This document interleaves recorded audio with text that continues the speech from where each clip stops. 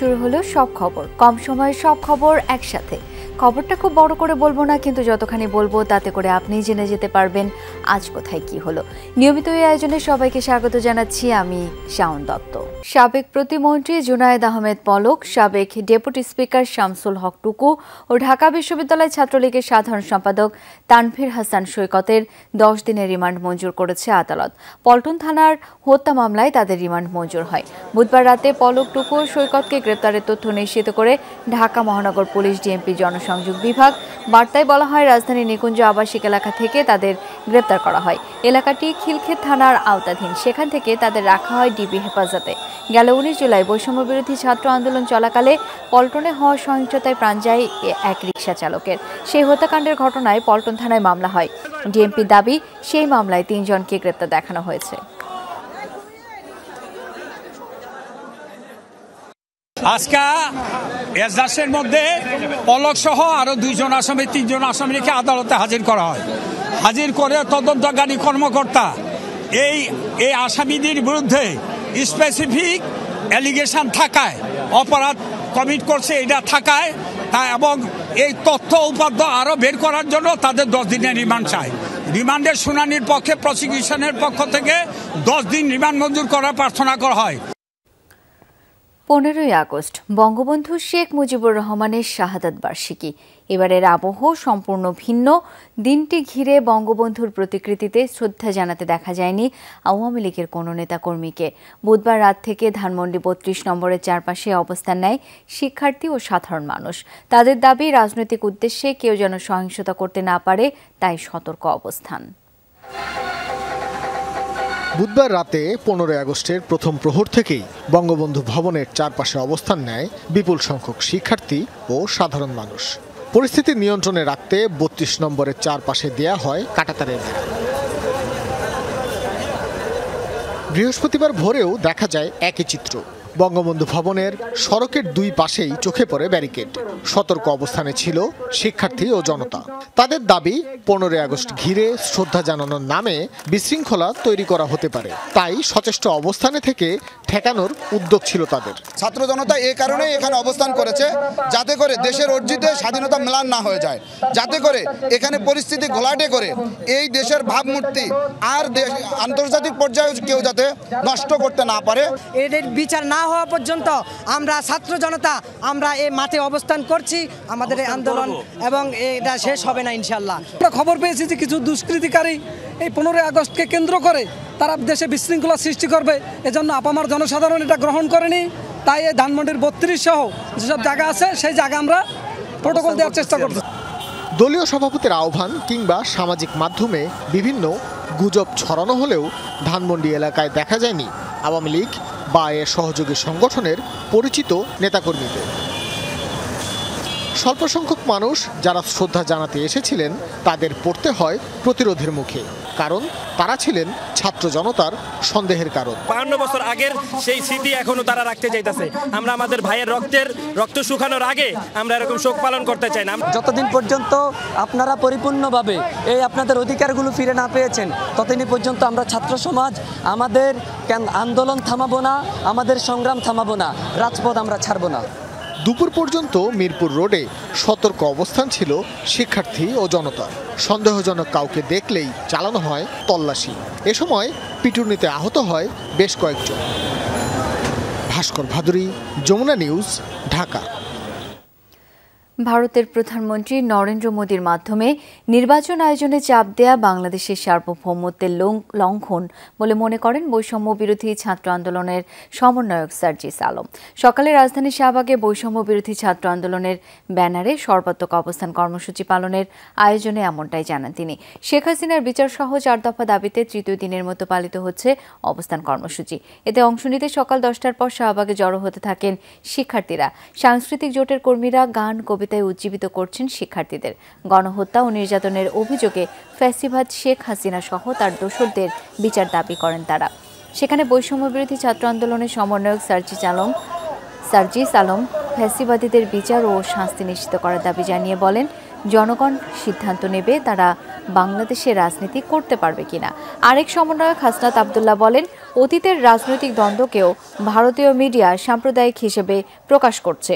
গণমানুষ থেকে বিচ্ছিন্ন হয়ে তারা মোদির মাধ্যমে নির্বাচন করতে চায়, দেশকে বিতর্কিত করার জন্যই এগুলো করা হচ্ছে বলেও দাবি করেন হাসনাত আব্দুল্লাহ। অবস্থান কর্মসূচি শেষে বিক্ষোভ মিছিল করে বৈষম্য বিরোধী ছাত্র আন্দোলন। মিছিলটি শাহবাগ, রাজু ভাস্কর্য, ভিসি চত্বর, সিলেট ভবন, সূর্য সেন হল ও বিজনেস ফ্যাকাল্টি হয়ে হাকিম চত্বরে গিয়ে অবস্থান নেয়। আমাদের দাবিটি হচ্ছে আন্তর্জাতিক অপরাধ ট্রাইব্যুনালের কাছে। আমরা তাদের কাছে কেন করছি?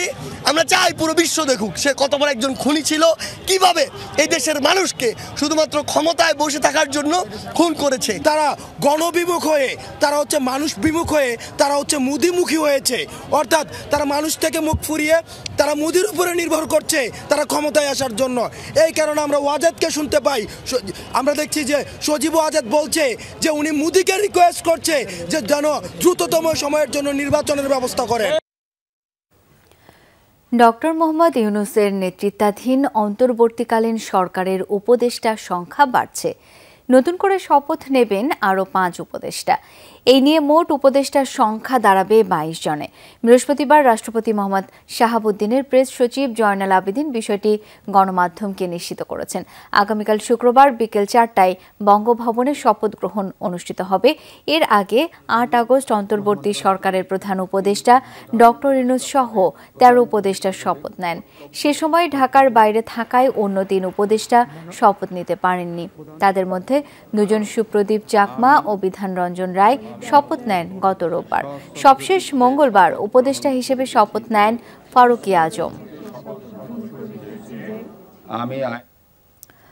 18 আগস্ট রোববার থেকে বিশ্ববিদ্যালয় সহ সব শিক্ষা প্রতিষ্ঠানে স্বাভাবিক পাঠদান কার্যক্রম শুরু হবে বলে জানিয়েছে শিক্ষা মন্ত্রণালয়। মাধ্যমিক ও উচ্চ শিক্ষা বিভাগের উপসচিব মোসাম্মদ রহিমা আক্তার স্বাক্ষরিত অফিস আদেশে এই তথ্য জানানো হয়েছে। অফিস আদেশে বলা হয়, শিক্ষা প্রতিষ্ঠানগুলো খুলে দিয়ে শিক্ষা কার্যক্রম শুরুর জন্য প্রধান উপদেষ্টা নির্দেশনা প্রদান করেছেন। এই নির্দেশনার প্রেক্ষিতে 18 আগস্ট রোববার থেকে শিক্ষা প্রতিষ্ঠান খুলে দিয়ে শিক্ষা কার্যক্রম শুরুর প্রয়োজনীয় ব্যবস্থা গ্রহণের জন্য সংশ্লিষ্টদের অনুরোধ করা হলো। এদিকে স্থগিত হওয়া এইচএসসি ও সমমানের পরীক্ষাগুলোর নতুন রুটিন প্রকাশ করা হয়েছে। নতুন সূচি অনুযায়ী 11 সেপ্টেম্বর থেকে স্থগিত হওয়া লিখিত পরীক্ষাগুলো অনুষ্ঠিত হবে। গণহত্যার অভিযোগে আরও আদালত এবং বিভিন্ন থানায় বেশ কয়েকটি মামলা দায়ের করা হয়েছে সাবেক প্রধানমন্ত্রী শেখ হাসিনার বিরুদ্ধে। এসব মামলায় আরও আসামি করা হয়েছে সাবেক সড়ক পরিবহন ও সেতুমন্ত্রী ওবায়দুল কাদের, সাবেক স্বরাষ্ট্রমন্ত্রী আসাদুজ্জামান খান, সাবেক আইজিপি চৌধুরী আব্দুল্লাহ আল মামুন সহ পুলিশের ঊর্ধ্বতন কর্মকর্তাদের। এসব মামলা আমলে নিয়ে তদন্তের নির্দেশ দিয়েছেন আদালত। 19 জুলাই কোটা সংস্কার আন্দোলনে অন্যান্যদের সাথে মিছিলে বের হয়েছিলেন মোহাম্মদপুরের দারুন নাজাত ইসলামিয়া মাদ্রাসার 4র্থ শ্রেণীর শিক্ষার্থী জুবায়ের হোসেন ইমন। সন্ধ্যায় র্যাবের একটি হেলিকপ্টার থেকে ছোড়া গুলি ইমনের বাম কানের উপর দিয়ে প্রবেশ করে চোয়াল ভেদ করে বেরিয়ে যায়। হাসপাতালে নেওয়া হলে মৃত ঘোষণা করেন চিকিৎসক। হেলিকপ্টার থেকে স্নাইপার দিয়ে গুলি করে হত্যার অভিযোগে সাবেক প্রধানমন্ত্রী শেখ হাসিনা সহ 14 জনের বিরুদ্ধে ঢাকার সিএমএম আদালতে মামলা দায়ের করেন শিশুটির মামা আব্দুল্লাহ আল সাইদ। মামলাটি আমলে নিয়ে মোহাম্মদপুর থানাকে তদন্তের নির্দেশ দেন মেট্রোপলিটন ম্যাজিস্ট্রেট রাজেশ চৌধুরী। মামলায় সাবেক প্রধানমন্ত্রী শেখ হাসিনা ছাড়াও আওয়ামী লীগের সাধারণ সম্পাদক ওবায়দুল কাদের, সাবেক স্বরাষ্ট্রমন্ত্রী আসাদুজ্জামান খান, সাবেক আইনমন্ত্রী আনিসুল হক সহ 5 মন্ত্রী ও পুলিশ র্যাবের ঊর্ধ্বতন কর্মকর্তাদের এই হত্যাকাণ্ডের নির্দেশদাতা হিসাবে আসামি করা হয়। আল্লাহ করিম মসজিদের সামনে বাইর হওয়ার পরে ওই রাস্তার মধ্যে ওই আপনার এই হেলিকপ্টার থেকে পরে গুলি করছে, যে এখানে গুলি করছে, এখান থেকে বেরিয়েছে। মোহাম্মদপুর থানায় কয়েকবার গিয়েছিল সেটা মামলা হিসেবে রুজু করার জন্য। ওখান থেকে অপারগতা প্রকাশ করে তার বাধ্য হয়ে তারা আজকে আমাদের মাধ্যমে এসে মহানগর আমার সিএমএম আদালতে 9 নম্বর কোর্টে রাজেশ স্যারের কোর্টে আমরা সিএর মামলা একটা ফাইল করি।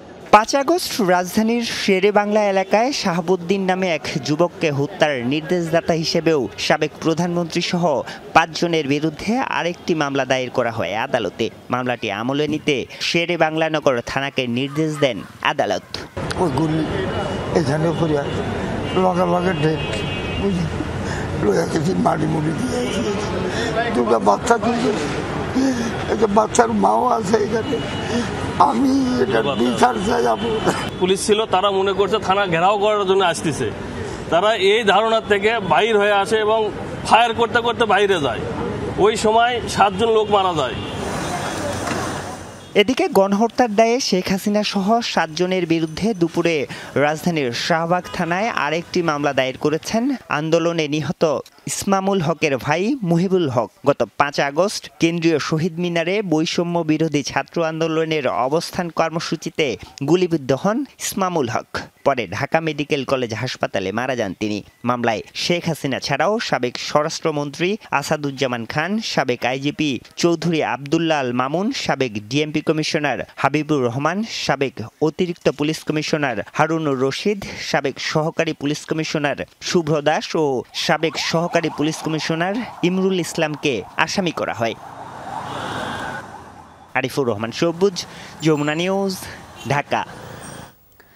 গণহত্যার বিচার দাবিতে বিএনপির অবস্থান কর্মসূচিতে নয়াপল্টনে বক্তব্য দিচ্ছেন মির্জা ফখরুল ইসলাম আলমগীর। আমরা এখন সরাসরি চলে যাচ্ছি সেখানে। সেই বিপ্লবে আমাদের নেতা কর্মীরা সবাই কারাগারে গেছেন।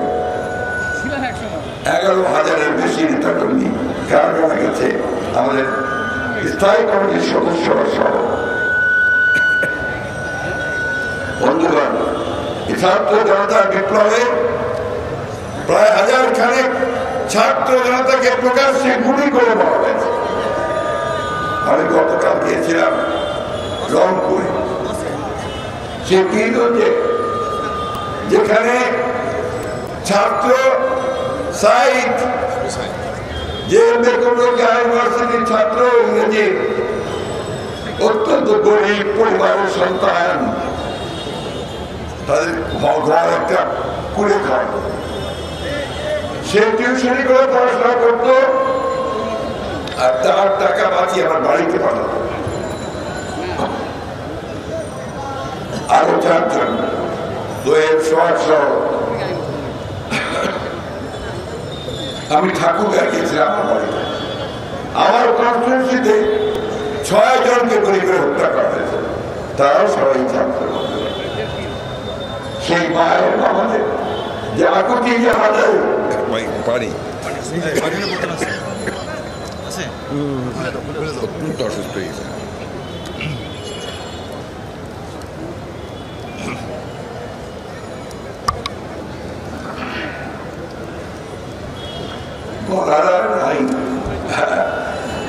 তো এইভাবে প্রায় সারা দেশে তারা হত্যা করেছে, নির্যাতন করেছে, গুলি করেছে এবং বুক ফুলিয়ে চিটিয়ে কয়েকজন পুলিশের কর্মকর্তাকে আমরা বলতে শুনেছি, আইন কখনো মানতে দেব না।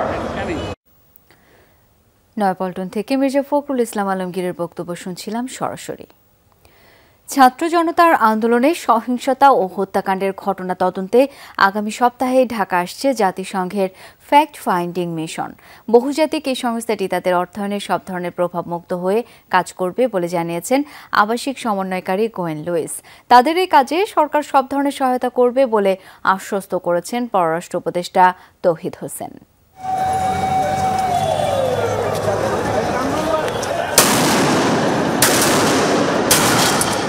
সরকারি চাকরিতে কোটা সংস্কারের দাবিতে জুলাইয়ে শুরু হওয়া বৈষম্য বিরোধী ছাত্র আন্দোলন রূপ নেয় 1 দফার আন্দোলনে। 5 আগস্ট প্রধানমন্ত্রী শেখ হাসিনার পদত্যাগের পর গঠিত হয় অন্তর্বর্তীকালীন সরকার। আন্দোলনে শিক্ষার্থী ও সাধারণ মানুষ সহ অন্তত 4 শতাধিক মানুষের প্রাণহানির খবর প্রকাশিত হয়েছে। প্রকৃত সংখ্যা জানা যায়নি এখনো। এর বাইরে আহত কয়েক হাজার, যাদের অনেকেই এখনো জীবন মৃত্যুর সন্ধিক্ষণে। এইসব হতাহতের ঘটনা তদন্তে আনুষ্ঠানিকভাবে যুক্ত হচ্ছে জাতিসংঘ। এরই মধ্যে চূড়ান্ত হয়েছে তাদের ঢাকায় আসা। আমাদের একটি কারিগরি টিম ঢাকা আসছে, তাদের সফরও চূড়ান্ত। তাদের কর্মপরিধি, তদন্তের সময়সীমা ইত্যাদি সবই চূড়ান্ত হবে। আমার বিশ্বাস নিরপেক্ষভাবে তারা তদন্ত করবে, যাতে প্রকৃত অপরাধীরা বেরিয়ে আসবে। আওয়ামী লীগ সরকারও তদন্তে জাতিসংঘকে যুক্ত করার কথা বলেছিল। তার সাথে এই ফ্যাক্ট ফাইন্ডিং মিশনের সম্পর্ক আছে কিনা জানতে চান সাংবাদিকরা। The former Prime Minister Hasina wanted to include UN investigators within Sheikh Hasina সরকার তাদের গঠিত তদন্ত কমিটিতে আমাদের যুক্ত হতে বলেছিল। এখন আমরা যেটা করছি সেটা জাতিসংঘের নিজস্ব অনুসন্ধান। এই মিশনের অর্থায়ন থেকে সবকিছু জাতিসংঘই করবে। Because it's felt very much if it's neutral there will be more credibility. পররাষ্ট্র উপদেষ্টা জানান, সংঘটিত হত্যাকাণ্ডের নিরপেক্ষ তদন্ত ও দোষীদের বিচার সরকারের লক্ষ্য। এ কাজে জাতিসংঘকে সব ধরনের সহায়তা দিবে অন্তর্বর্তীকালীন সরকার। তারা স্বাধীনভাবে করুক, কিন্তু উনি যদি এখানে ইনভেস্টিগেট করতে যান তার সিকিউরিটি ব্যবস্থাটা হলেও তো দেখতে হবে। কাজেই স্বাধীন যতই হোক না কেন তারপরেও তো আমাদের ইনভলভমেন্ট থাকতেই হবে, কারণ এই সরকারও চায় যে একটা ট্রান্সপারেন্ট একটা ইনভেস্টিগেশন হোক এবং তার ভিত্তিতে আইনগত ব্যবস্থা নিয়ে শাস্তি দেওয়া হোক। কাউকে কিন্তু আরবিট্রারিলি বা সামারি ট্রায়ালের কোনো চিন্তা কিন্তু সরকারের নেই। আমরা পুরোপুরি আইন অনুযায়ী করতে চাই কাজটা। এর আগে রাশিয়ার রাষ্ট্রদূত কথা বলেন উপদেষ্টার সাথে। তবে ডিসেম্বরে মস্কোর মুখপাত্র বাংলাদেশে যে আরব বসন্তের মতো গণজাগরণের আশঙ্কা করেছিলেন তা নিয়ে কিছু জানেন না বলে দাবি করেন রাষ্ট্রদূত। Frankly speaking, I do not have such type of information. If you have, please share it with us. উপদেষ্টা জানান, মস্কোর উপর থাকা পশ্চিমা নিষেধাজ্ঞা মাথায় রেখেই যতটা সম্ভব এগুবে দ্বিপাক্ষিক সম্পর্ক। যে স্যাংশন রেজিমের ভিতর দিয়ে আমরা যেটুকু সহায়তা করতে পারি, যেটুকু ইন্টারাকশন করতে পারি সেটার ম্যাক্সিমাম আমরা করতে চাই। এছাড়া জাপানের রাষ্ট্রদূত দেখা করেছেন পররাষ্ট্র উপদেষ্টার সাথে। পারিবারিক কারণে শুক্রবার থেকে সপ্তাহখানেকের ছুটিতে যাচ্ছেন উপদেষ্টা Touhid Hossain. Thank you. Mahfuz Mishu, Jamuna news, Dhaka. স্বাধীনতা দিবসের ভাষণে বাংলাদেশের বর্তমান পরিস্থিতি নিয়ে মন্তব্য করেছেন ভারতের প্রধানমন্ত্রী নরেন্দ্র মোদী। ভারতকে প্রতিবেশী দেশের শুভাকাঙ্ক্ষী হিসেবে উল্লেখ করেন তিনি। বলেন, বাংলাদেশের সংখ্যালঘু হিন্দু সম্প্রদায়ের নিরাপত্তা নিয়ে তার দেশের 140 কোটি মানুষ উদ্বিগ্ন। আশা করেন দ্রুতই স্বাভাবিক হবে বাংলাদেশের পরিস্থিতি। বাংলাদেশ में जो कुछ भी हुआ है उसको लेकर প্রতিবেশী দেশ হিসেবে বাংলাদেশে যা কিছু ঘটছে তা নিয়ে উদ্বেগ আমি বুঝতে পারি। আশা করছি দ্রুত পরিস্থিতি স্বাভাবিক হবে। সেখানে হিন্দু ও সংখ্যালঘুদের নিরাপত্তা নিয়ে 140 কোটি ভারতীয় উদ্বিগ্ন। ভারত সবসময় চায় আমাদের প্রতিবেশী দেশগুলো সমৃদ্ধি ও শান্তির পথে হাঁটুক। আমরা শান্তির জন্য প্রতিশ্রুতিবদ্ধ। সামনের দিনগুলোতেও বাংলাদেশের উন্নয়নের সহযোগী হিসেবে থাকবে ভারত। শেখ হাসিনার রাজনৈতিক জীবনে পলায়ন ছাড়া কোনো বীরত্ব নেই বলে মন্তব্য করেছেন বিএনপির সিনিয়র যুগ্ম মহাসচিব রুহুল কবির রিজভী। সকালে নয়াপল্টনে ছাত্র জনতার আন্দোলনে নিহত রিকশা চালক মোহাম্মদ কামালের পরিবারের সদস্যদের দেখতে গিয়ে সাংবাদিকদের সামনে এমন মন্তব্য করেন তিনি। বলেন, জনগণের ক্ষোভের মুখে শেখ হাসিনার রাজসিংহাসন উল্টে গেছে। দলের বিপুল সংখ্যক নেতাকর্মীকে বিপদে ফেলে দেশ ছেড়ে পালিয়ে যেতে বাধ্য হয়েছেন তিনি। তার আগে আত্মীয় স্বজনকে নিরাপদে পার করে পরে নিজে পালিয়েছেন। নেতাকর্মীদেরকে ফেলে গেলেন কেন? পৃথিবীর যারা অসীম সাহসী নেতৃত্ব এবং যারা দেশপ্রেমিক হয় তারা নিজের দেশ নিজের নেতাকর্মীকে ফেলে যায় না। টাঙ্গাইলের ঘাটাইলে বিএনপির দুই পক্ষের অবস্থান কর্মসূচিকে কেন্দ্র করে ধাওয়া, পাল্টা ধাওয়া ও চেয়ার ভাঙচুরের ঘটনা ঘটেছে। দুপুরে উপজেলা বাসস্ট্যান্ড এলাকায় এই ঘটনায় একজন আহত হয়েছে। ঘাটাইলে আজাদ ও নাসির গ্রুপ থেকে পৃথক পৃথক স্থানে কর্মসূচি পালন করে। নাসির গ্রুপ মিছিল নিয়ে যাওয়ার সময় তাদের মধ্যে ধাওয়া, পাল্টা ধাওয়ার ঘটনা ঘটে। পরে আজাদ গ্রুপ নাসির গ্রুপের মঞ্চের চেয়ার ভাঙচুর করে। নানা আয়োজনের মধ্য দিয়ে বঙ্গবন্ধু শেখ মুজিবুর রহমানের শাহাদাত বার্ষিকী স্মরণ করছে আওয়ামী লীগ ও সহযোগী সংগঠনগুলো। গোপালগঞ্জের টুঙ্গিপাড়ায় বঙ্গবন্ধু সমাধিতে ফুল দিয়ে শ্রদ্ধা জানায় আওয়ামী লীগ নেতাকর্মীরা। অংশ নেয় সহযোগী সংগঠনের নেতাকর্মী সহ বঙ্গবন্ধু প্রেমীরা। শ্রদ্ধা নিবেদন শেষে বঙ্গবন্ধুর রুহের মাগফিরাত কামনায় দোয়া ও মোনাজাত করা হয়। সমাধি কমপ্লেক্সে অনুষ্ঠিত হয় শোক সভা। এতে বক্তারা শোককে শক্তিতে পরিণত করার প্রত্যয় জানান। সভা শেষে তবারক বিতরণ করা হয়। 15ই আগস্টকে হেয় করার জন্য যে কর্মসূচি দিয়ে বিভিন্ন অপশক্তি মাঠে নেমেছে, আমার বিশ্বাস ইতিহাসে এদের নাম কলঙ্কের কালি দিয়ে লেখা থাকবে। সকালে খুলনার দলীয় কার্যালয়ে শেখ মুজিবুর রহমানের প্রতিকৃতিতে ফুল দিয়ে শ্রদ্ধা জানান নেতাকর্মীরা। পরে শোক মিছিল বের করা হয়। মিছিলটি আওয়ামী লীগ অফিস প্রাঙ্গণ প্রদক্ষিণ করে। এ সময় নেতাকর্মীরা বঙ্গবন্ধুকে রাজনীতির ঊর্ধ্বে রাখার আহ্বান জানান। সবশেষে আওয়ামী লীগ কার্যালয়ে কালো পতাকা উত্তোলন করা হয়। জাতির পিতা বঙ্গবন্ধু বাংলাদেশ, একই সমান্তরালে তিনটি শব্দের একটি দেশ বাংলাদেশ। বঙ্গবন্ধু কোনো দলের না, বঙ্গবন্ধু হচ্ছে এই দেশের। বঙ্গবন্ধু মানেই বাংলাদেশ। সকল মানুষ, বাংলাদেশের প্রত্যেকটা নাগরিকের উচিত বঙ্গবন্ধুর প্রশ্নে আপোষহীন থাকা। নারায়ণগঞ্জ নগরীর 2 নম্বর রেলগেট এলাকায় দলীয় কার্যালয়ের সামনে বঙ্গবন্ধুর প্রতিকৃতিতে ফুল দিয়ে শ্রদ্ধা জানান মেয়র সেলিনা হায়াত আইভি। পরে কিছুক্ষণ নীরবে দাঁড়িয়ে থাকেন তিনি। এ সময় সহযোগী সংগঠনের নেতাকর্মীরা উপস্থিত ছিলেন।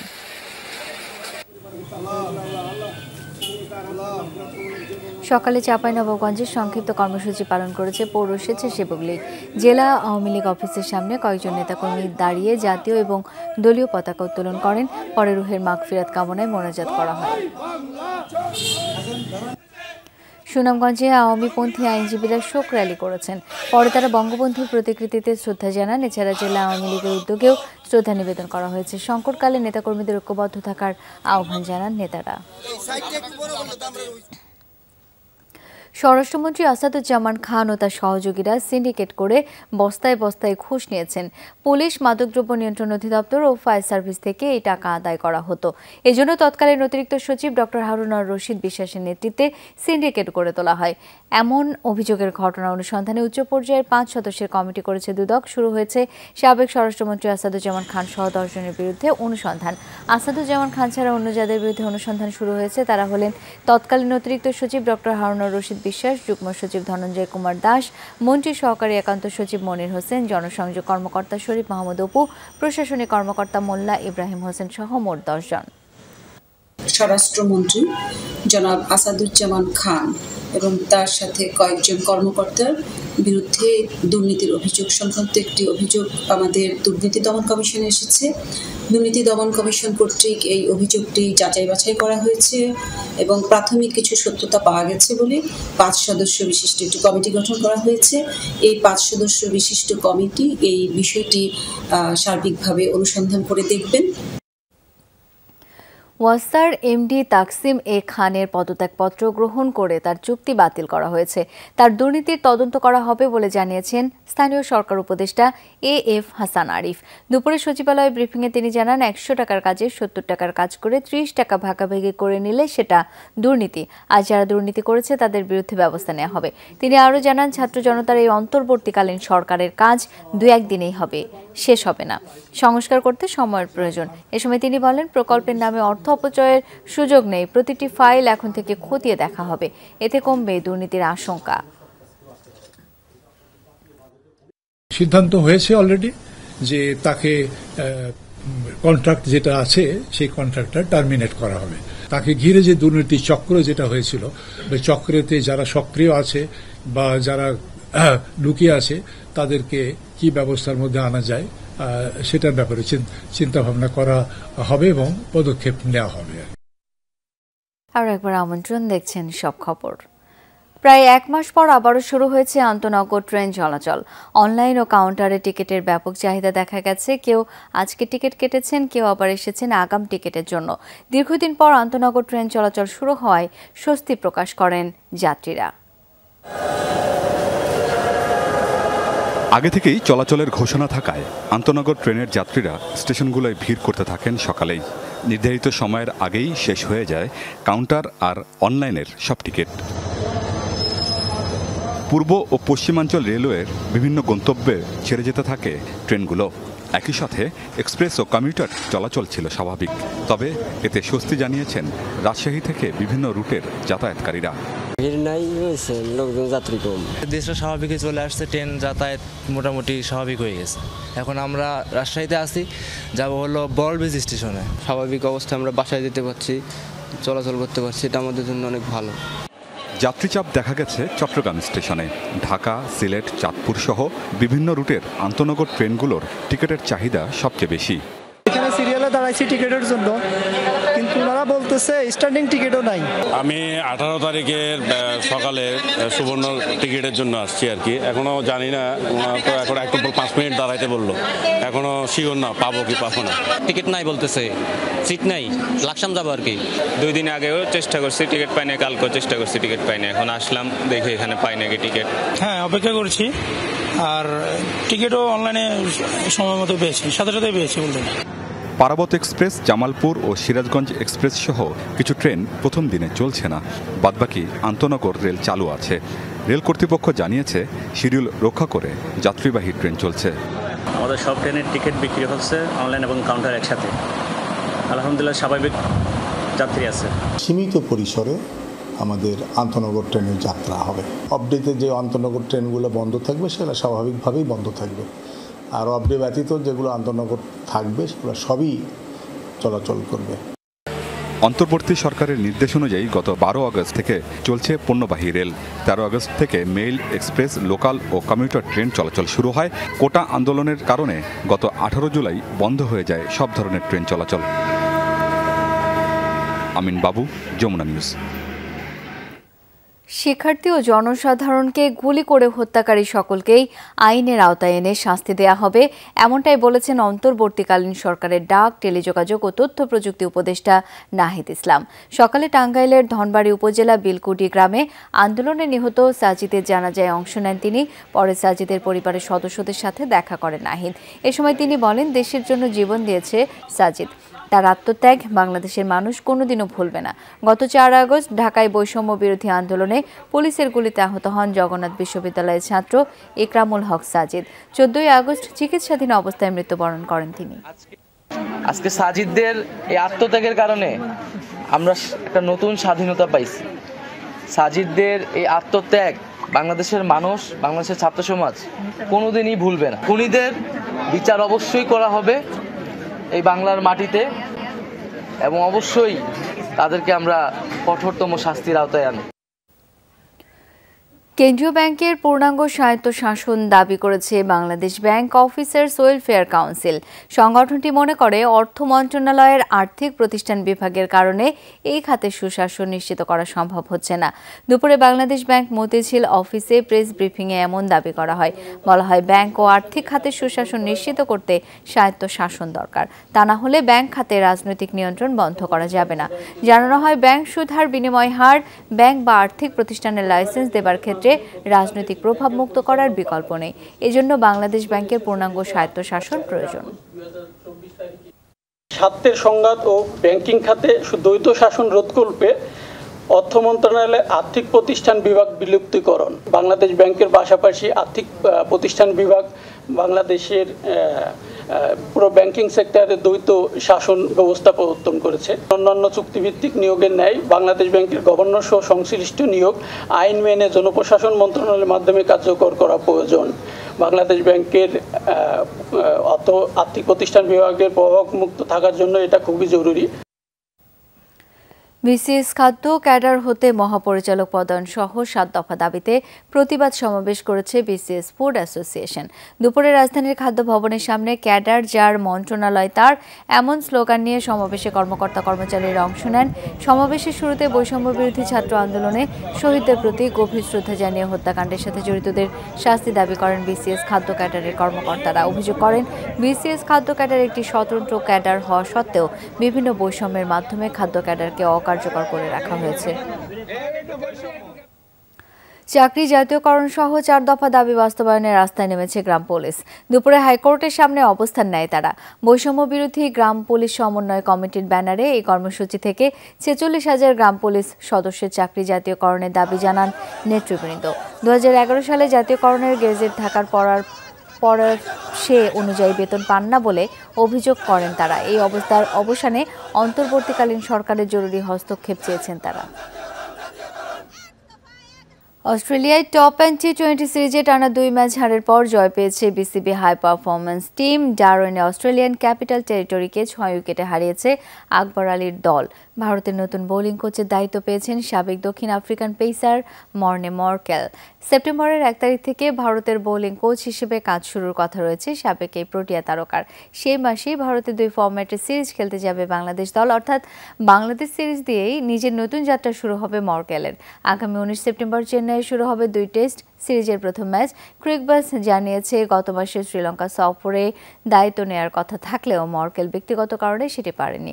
গৌতম গম্ভীর প্রধান কোচ হিসেবে দায়িত্ব নেওয়ার পর থেকেই বোলিং কোচ হিসেবে মর্কেলের নাম শোনা যাচ্ছিল। দক্ষিণ আফ্রিকার হয়ে 247টি আন্তর্জাতিক ম্যাচে 544টি উইকেট নেওয়া মর্কেল এর আগে আইপিএলে লখনৌ সুপার জায়ান্টসে গম্ভীরের সঙ্গে কাজ করছিলেন। গম্ভীরই মর্কেলের নাম বিসিসিআই এর কাছে প্রস্তাব করেছিলেন বলেও জানা গেছে। বিচারপতিদের অপসারণের ক্ষমতা সংসদ সদস্যের হাতে এনে সংবিধানের ষোড়শ সংশোধনী অবৈধ ও বাতিল ঘোষণা করে দেয়া আপিল বিভাগের রায়ের বিরুদ্ধে রিভিউ আবেদন শুনবেন আপিল বিভাগ। বহুল আলোচিত এই রায়ের বিরুদ্ধে রাষ্ট্রপক্ষের রিভিউ আবেদনের উপর শুনানি হবে অক্টোবরের শেষ সপ্তাহে। আজ প্রধান বিচারপতি সৈয়দ রেফাত আহমেদের নেতৃত্বে 5 বিচারপতির আপিল বেঞ্চ এই দিন ধার্য করেন। আদালতে রিভিউ আবেদন শুনানির জন্য উপস্থাপন করেন রিটকারী আইনজীবী অ্যাডভোকেট মঞ্জুল মোর্শেদ। তিনি আদালতে বলেন, ষোড়শ সংশোধনী রিভিউ আবেদনের শুনানি হওয়া প্রয়োজন। এ সময় অ্যাটর্নি জেনারেল মোহাম্মদ আসাদুজ্জামান বলেন, ষোড়শ সংশোধনী রিভিউ বিষয়ে সরকারের দিক নির্দেশনা জানা প্রয়োজন। এই কারণে সময় দরকার পড়ে আপিল বিভাগ অবকাশকালীন ছুটির 1 সপ্তাহ পর শুনানির দিন ধার্য করেন। 2016 সালের 5 মে বিচারপতি মইনুল ইসলাম চৌধুরী, বিচারপতি কাজী রেজাউল হক ও বিচারপতি আশরাফুল কামালের সমন্বয়ে গঠিত হাইকোর্ট বিশেষ বেঞ্চ ষোড়শ সংশোধনী অবৈধ বলে রায় দেন। মুগদা হাসপাতালে ঘুষ ও অনিয়ম বন্ধে 11 দফা দাবি দিয়েছে বৈষম্য বিরোধী আন্দোলনের শিক্ষার্থীরা। সকালে মুগদা হাসপাতালে পরিচালকের অফিসে গিয়ে 11টি অনিয়মের কথা তুলে ধরেন শিক্ষার্থীরা। এ সময় হাসপাতালে রোগীদের স্ট্রেচার দেওয়ার সময় ঘুষ নেওয়া, হাসপাতালে রোগীদের সহায়তা না করা, রোগীদের চিকিৎসা না দিয়ে ফিরিয়ে দেওয়া সহ 11টি অনিয়মের কথা তুলে ধরেন। একই সাথে সকল সমস্যা ঠিক করার জন্য হাসপাতালের পরিচালককে 1 মাসের আলটিমেটাম দেওয়া হয়। এ সময় মুগদা হাসপাতালের পরিচালক ডাক্তার হাসিবুল ইসলাম সবুজ জানান, শিক্ষার্থীদের অভিযোগের সত্যতা পাওয়া গেছে এবং অনিয়ম রোধে কাজ করা হচ্ছে। হ্যান্ডওভার করে দিয়ে যাবো ওটা স্যার, আর আমরা চাই 1 মাসের ভিতরে আপনার যে থিংগুলো পসিবল হবে ওগুলোর বিরুদ্ধে ডেফিনেট রকমের অনিয়ম ওনারা যেগুলো বলেছেন সবই আমি জানি, ডিটেক্ট করেছি, এবং তার জন্য একদিনে তো আর সব ব্যবস্থা নেওয়া যায় না। আমি একটু একটু করে ব্যবস্থা নিচ্ছি এবং আপনারা আজকে যদি বিভিন্ন জায়গায় ঘোরেন দেখবেন যে ব্যবস্থা নেওয়াগুলোর প্রমাণও পেয়ে যাবেন।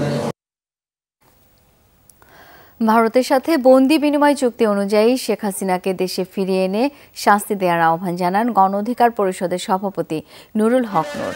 সকালে পুরানা পল্টনে গণহত্যার দায়ে আওয়ামী লীগকে নিষিদ্ধ ও শেখ হাসিনা সহ খুনিদের গ্রেপ্তারের দাবিতে অবস্থান কর্মসূচিতে একথা জানান তিনি। বলেন, গণহত্যায় জড়িতদের বিচার নিশ্চিত সহ আওয়ামী লীগকে রাজনীতিতে নিষিদ্ধের আহ্বান জানান। একই সাথে ছাত্রলীগের কাউকে যেন কোনো দেশ ভিসা না দেয় সেজন্য আহ্বান জানান। এই ছিল আজকের সব খবরের আয়োজন। এতক্ষণ সাথে থাকার জন্য সবাইকে অসংখ্য ধন্যবাদ।